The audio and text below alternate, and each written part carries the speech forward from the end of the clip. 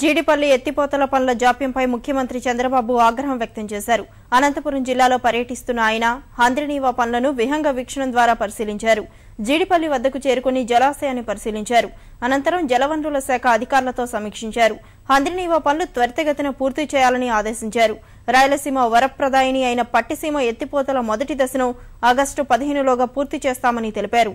గుత్తేదారులు పని చేయకపోతే పోలీసులను పెట్టైనా పనులు జరిపిస్తామని హెచ్చరించారు.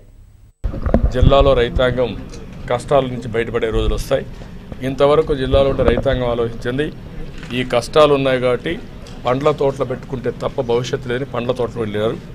ఇప్పుడు నీళ్లు కూడా ఇవ్వగలిగితే అందులో కూడా 90% డ్రిప్ ఇరిగేషన్కి స్ప్రింక్లర్ ఇరిగేషన్కి నేను డబ్బులు ఇచ్చాను.